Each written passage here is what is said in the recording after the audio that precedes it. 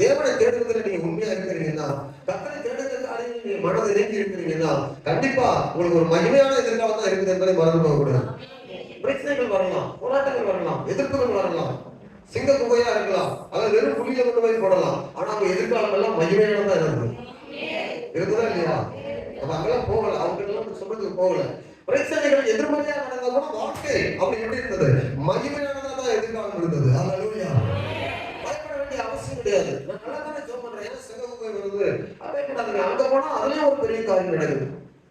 இதுவரைக்கும் நடவாத ஒரு காரியத்தை கர்த்தர் என்னை கூட நடப்பிக்க போறார் என்பது அர்த்தம். நானும் ஜெபம் பண்ற சில காரியம் நடக்கவே இல்லை, எதிரடியா நடக்குது. இல்ல, கர்த்தர் நீங்க ஜெபிக்கிற காரியங்களை கேட்காம இல்ல, ஒரு அற்புதம் உங்க வாழ்க்கையில நடக்கத்தான் செய்யதான் போகிறார். ஆமென். ஒன்று. இரண்டாவது, கேட்கிற வசனத்துக்கெல்லாம் கீழ்ப்படி இல்லை, கேட்கிறபடியெல்லாம் நடக்கவே இல்லை. வசனத்தை ஒரு பக்கத்துல போட்டு காதுல எவ்வளவு போகல, அப்படியே போட்டு வாரம் முழுவதும் போயிட்டு படுத்து ஞாயிற்றுக்கிழமை மட்டும்